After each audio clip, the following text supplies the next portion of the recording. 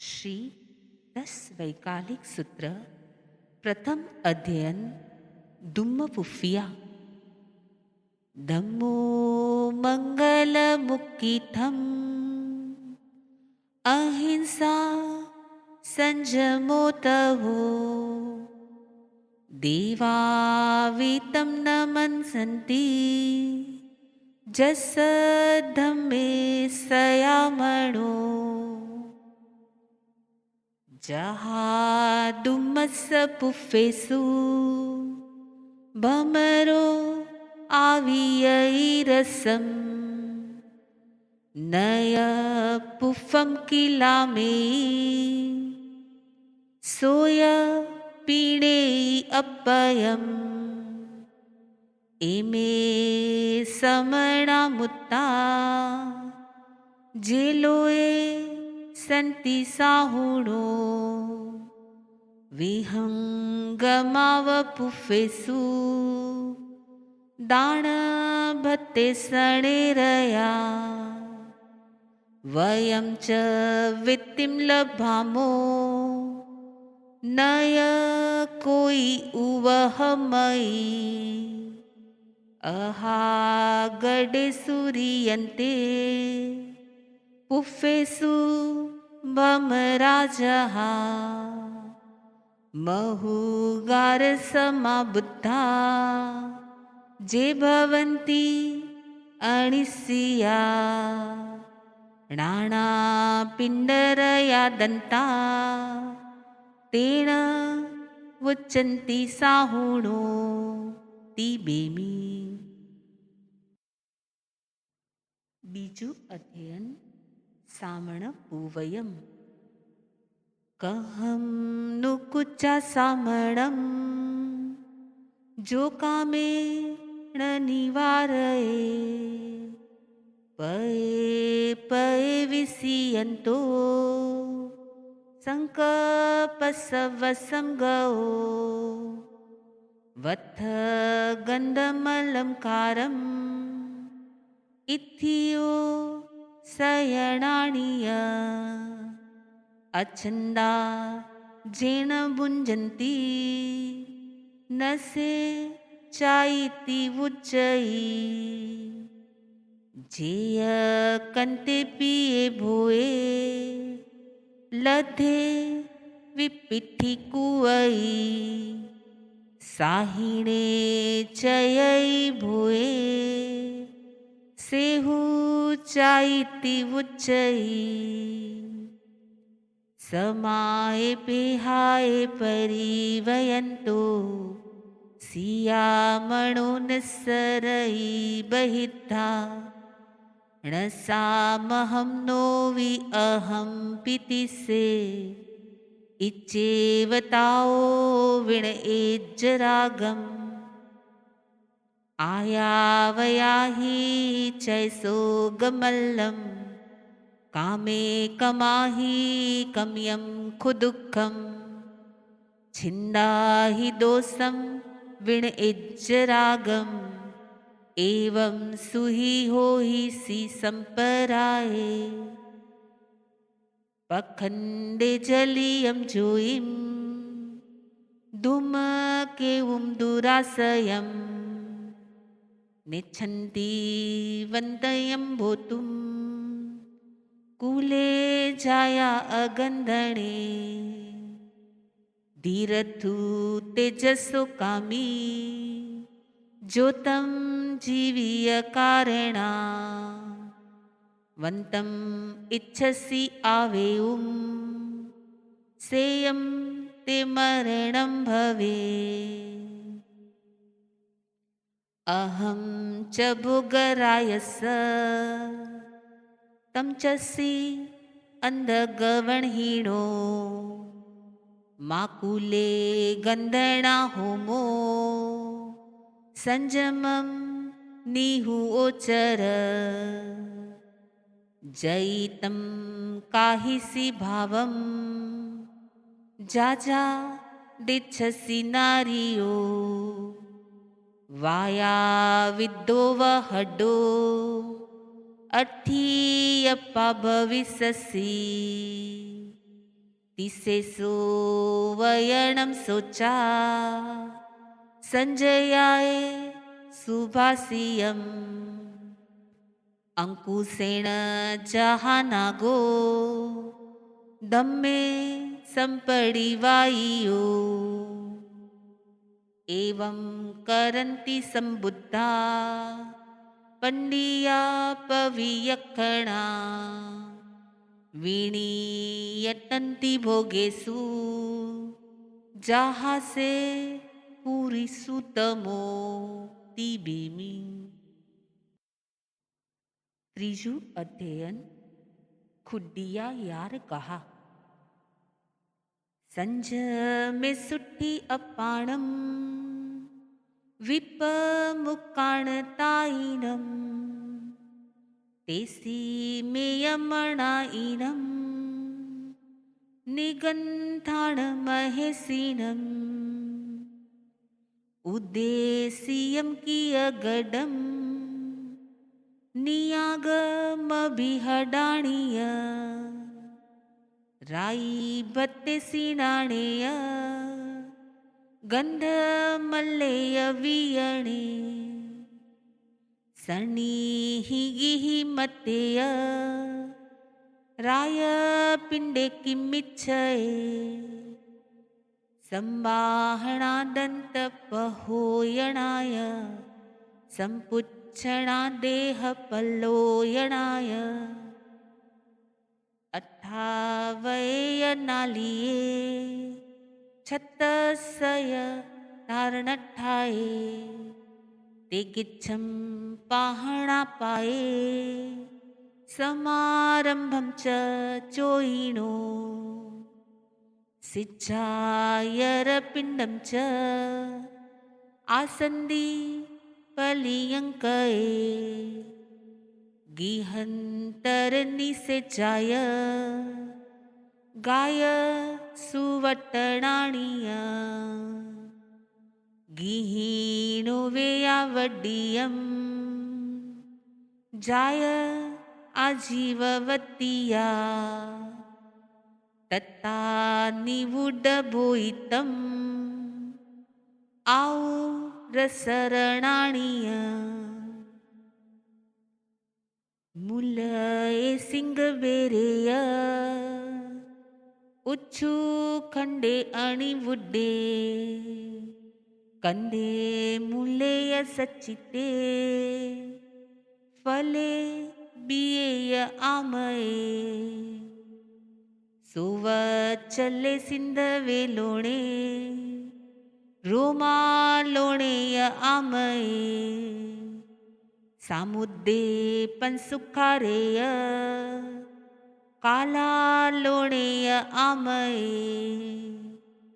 दुवणे तिवमणेय वत्थी कम्म वीरेयणे अंजणे दंतवर्णेय गाय भंग विभूषणे सवमेयमणाईनं निगंठाणं महेसीनं संजममीयजुत्ताणं लहूभूय विहारिणं पंचासवपरिन्नाया तिगुत्ता छसु संजया पंचनी गहना धीरा निगंथा उज्जुदंसिनो आया वयंती गिम्हेसु हेमंतेसु अवा उड्डा वासासु पडिसल्लीना संजया सुसमाहिया परिसहरि उदंता दुयमोहा जी इंदिया सव दुख पैणठा पक्कमंती महेसीणो दुःखरायिं करिताणं दुस्सहायं सहितुय के इत्थ देवलोएषु केयी सृजन्ति निरया खवित्ता पुवकमायिं संजमेण तवेण य सिद्धिमग्गमणुपत्ता तायिणो परिनिवुड्डा तिबेमी। चौथું અધ્યયન છજીવણિયા અજયમ ચરમાણુય પાણભૂયાઈમ હિંસઈ બંધઈ પાવયમ કમ્મમ તમસે હોઈ કડુયમ ફલમ અજયમ ચિત્તમાણુય पाणभूयाईं हिंसई बंधई पावयं कम्मं तमसे होई कडुयं फलम् अजयम् आसमाणुय पाणभूयाईं हिंसई बंधई पावयं कम्मं तमसे होई कडुयं फलम् अजयं संयमाणुय पाणभूयाईं हिंसई बंधई पावयं कम्मं तमसे होई कडुयं फलम् अजयं भुञ्जमाणुय पाणभूयाईं हिंसई बंधई पावयं कम्मं तमसे होई कडुयं फलम् अजयं भासमाणुय पाणभूयाईं हिंसई बंधई पावयं कम्मं तमसे होई कडुयं फलम् कहं चरे कहं चित्थे कहमासे कहं सये कहं भुञ्जन्तो भासन्तो पावकम्मं न बन्धई जयं चरे जयं चित्थे जयमासे जयं सये जयं भुञ्जन्तो भासन्तो पावकम्मं न बन्धई सव्व भूयप्प भूयस्स समं भूयाईं पासौ पिहिया सव्वस्स दन्तस्स पावकम्मं न बन्धई पद्मं नाणं तोदया एवं चित्तै सव्वसञ्जये अन्नानि किं काहि किं वा नाहि सेय पावगम् सोचा जानै कल्याणम् सोचा जानै पावगम् उभयमपि जानै सोचा जमसेयं तम समाय रे जो जीवे वीणयाण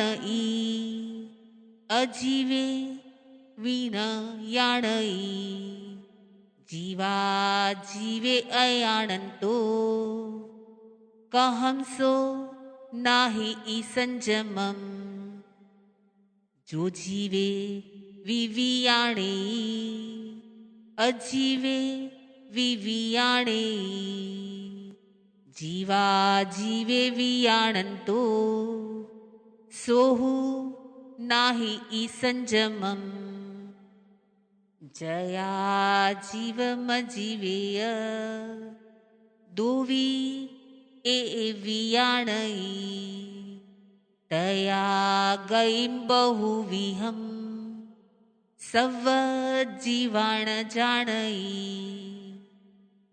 जया गईं बहुविहं सव जीवाण जाणई तया पुण्यं च पावं च बन्धं मोक्षं च जाणई जया पुण्यं च पावं च बन्धं मोक्षं च जाणई तया निविंदये भोए जे दिवे जेय माणुसे जया निविंदये भोए जे दिवे जेय माणुसे तया चयई संजोगम सबिंतर बाहिरम जया चयई संजोगम सबिंतर बाहिरम तया मुंडे भविताणं पवईये अणगारियं जया मुंडे भविताणं पवईये अणगारियं तया संवरमुक्किथं दमं फासे अणुत्तरम् जया संवरमुक्किथं दमं फासे अणुत्तरम् तया दुणैकमरयम् अबोहि खलु संकडम् जया दुणैकमरयम् अबोहि खलु संकडम् तया सवतगं नाणं दंसनं चाभिगच्छई जया सवतगं नाणं दंसनं चाभिगच्छई तया लोगमलोगं च जीनो जाणई केवली जया लोगमलोगं च जीनो जाणई केवली तया जोगे निरुंभिता शैलेसिं पडिवच्चई जया जोगे निरुंभिता शैलेसिं पडिवच्चई तया कम्मं खवित्ताणं सिद्धिं गच्छई निरौ जया कम्मं खवित्ताणं सिद्धिं गच्छई निरौ तया लोगमथयथो सिद्धो हवई सासौ सुह सायगस समणस साया उल्लगस निगाम साईस उच्छोलणा पहोयस दुल्हा सुगई तारी सगस तवो गुण पहाणस उज्जूमई खंती संजमरयस परी सहेजिनंतस सुलहा सुगई तारी सगस पच्छाविते पयाया क्षिपं गच्छन्ति अमर भवनाईं जेसिं पियो तवो संजमोय खन्तीय बम्बचेरं च इच्छेयं च जीवनीयं समदिथिसयाजये दुल्लहं लहितु सामणं कमुणा न विराही जासी टीबेमी। श्री उत्तराध्ययन सूत्र त्रीजु अध्ययन चौरंगीय चत्तारी परमंगाणी दुल्लहाणीय जंतुणो माणु सत्तम सुई सद्धा संजममीय वीर्यम् समावणाण संसारे राणा गोता सुजाईसु कम्माणाणा विहा कट्टू पुढो विसंभियापया एगया देवलो एसु नर एसु वि एगया एगया आसुरे काये अहा कम्मे हिम गच्छई एगया खत्तियो होई तौ चंडाल बुक्कसो तौ कीडपयंगोय तौ कुंतु पीविलिया एव मावट्ट जोणीसु पाणीणो कम्मक्की विस्ता नणीवी जंती संसारे सवठे सुवखतिया कम्म संगे हिम समुढ़ा दुखिया बहुवेयणा अमाणु सासु जोणीसु वीणी हमंती पाणीणो कम्माणम तू पहाणाए आणु पुविकयायु जीवा सोहि मणु पत्ता आययन्ति मणुस्तयम् माणुसं विग्रहं लड्डुं सुईदमस्तदुल्लहा जम सोचा परिवजन्ति तवं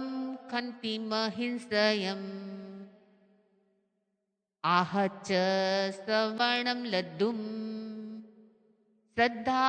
परमदुल्लहा सोचा नेया उयम मगम बहवे परिभसई सुईं च लड्डुं सद्दं च वीर्यं पुणदुल्लहम् बहवे रोयमाणावी नोयणं पडिवज्जए माणु सत्तमी आयाओ जोधम्मं सोच सद्दये तवस्ति वीर्यं लड्डुं संवुड्डे निद्दुणेरयम्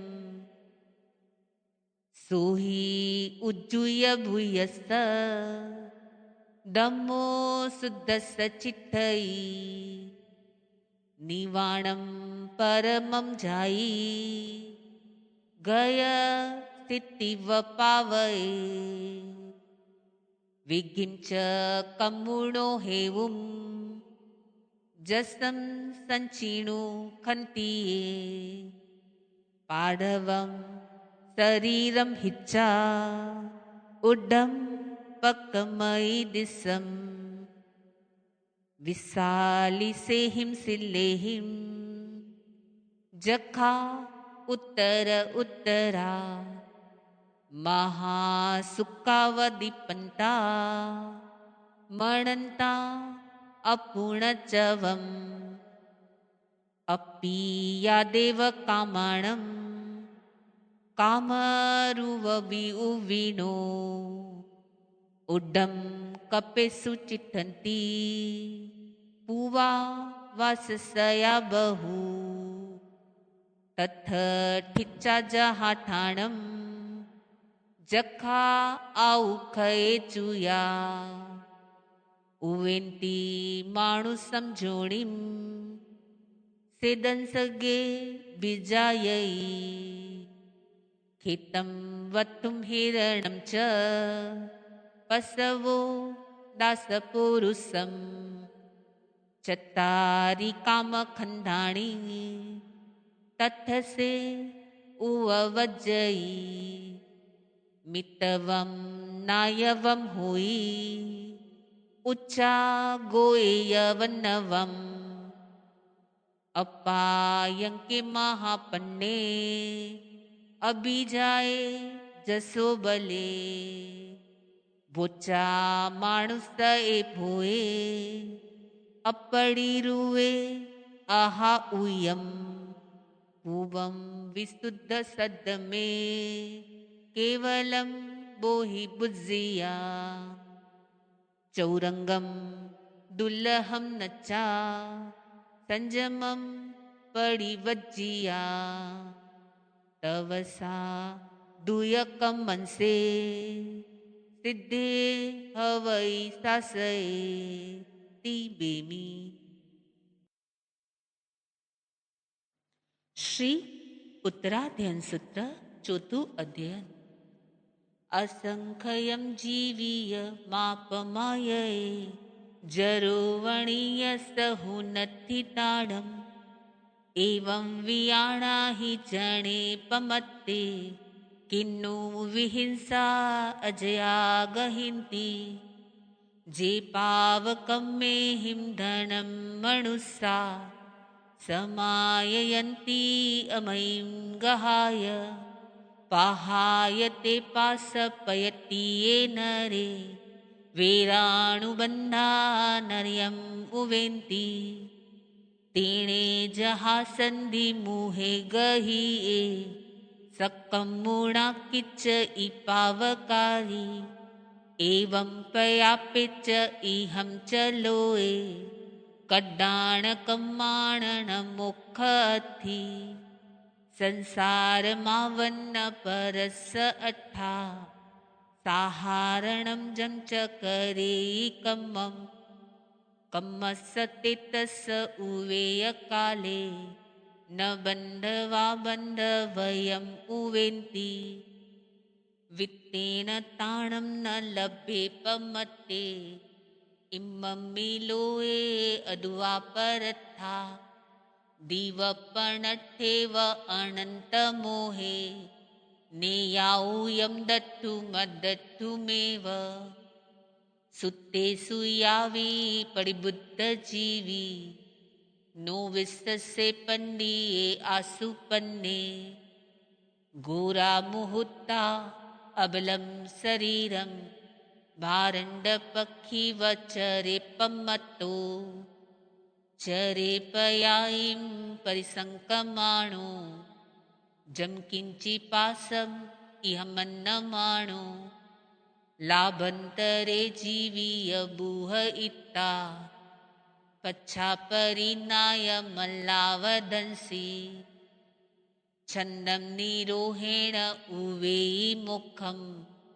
आसे जहासिक्खीय वम्मधारी पूवायीं वासायीं चरे पम्मत्तो तम्हामुनि क्षिप्पमुवेयि मुखम् सपूवमेवं न लभ्ये च पच्छा एषोऽमाशासय वायियाणम् विस्सीयि सिद्धिले आऊयम्मि कालो वणिये सरसबे क्षिपं न शक्यें विवेगमेवं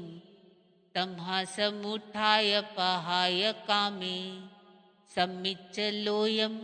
समयामहेसि आयान रखी चरे पमत्तो मुहुर्मुहुः मोह गुणे जयन्तं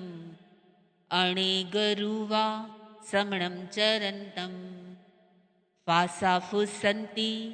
असमञ्जसं च न तेषु भिक्खु मनसा पौत्से मंदाय फासा बहुलोहणी चा तह पगारेषु मणं न कुजा रखे ज कोहम विण यजमानं मायं न सेवे ज पहे ज लोहम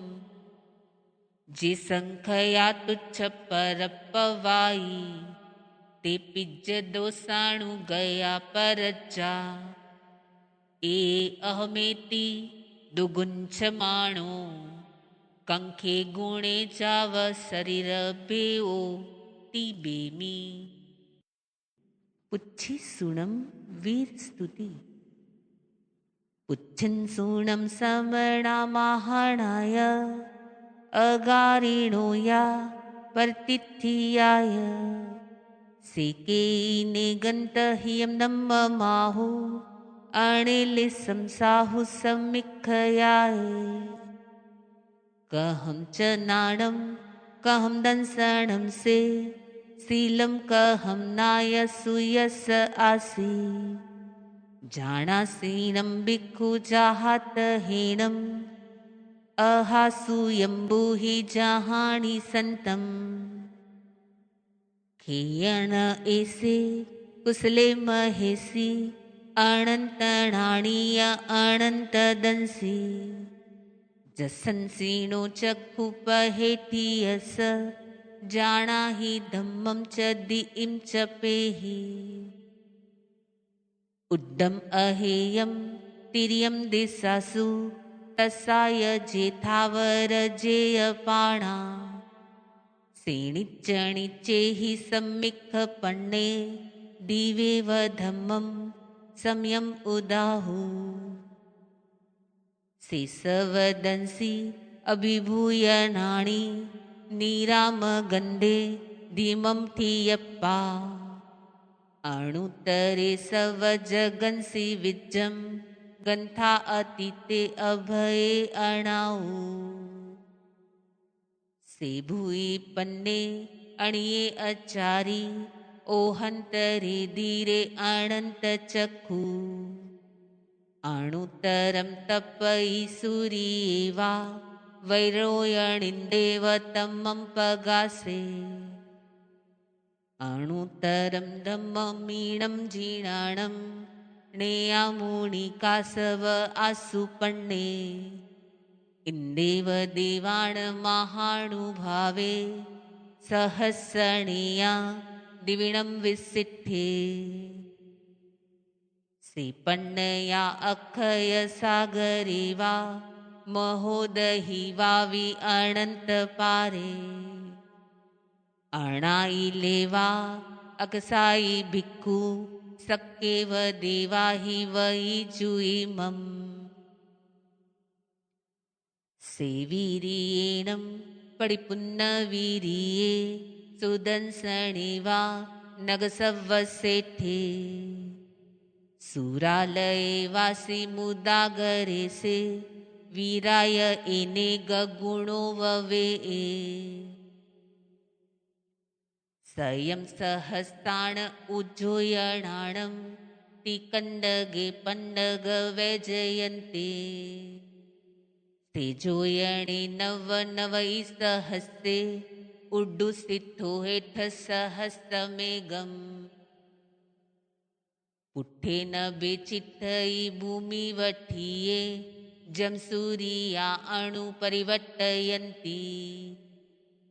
श्रीहेमवन्ने बहुनन्दनीय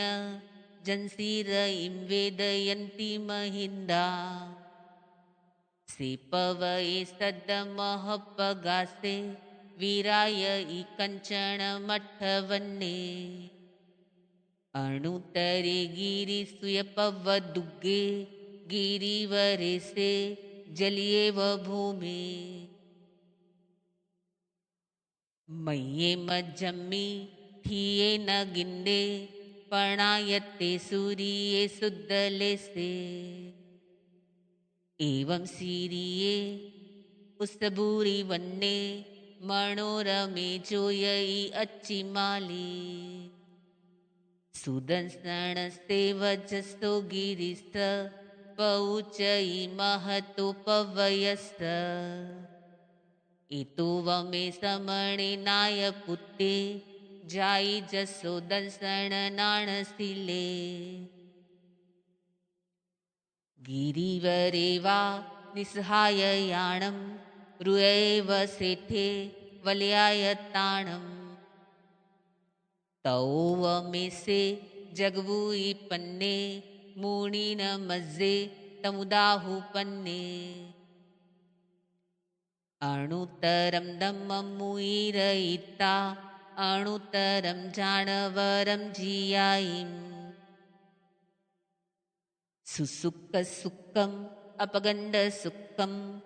संखिदु एगन्तवदात सुखम् अणुतरगं परमं महेशी अशेषकमं सविसोहयिता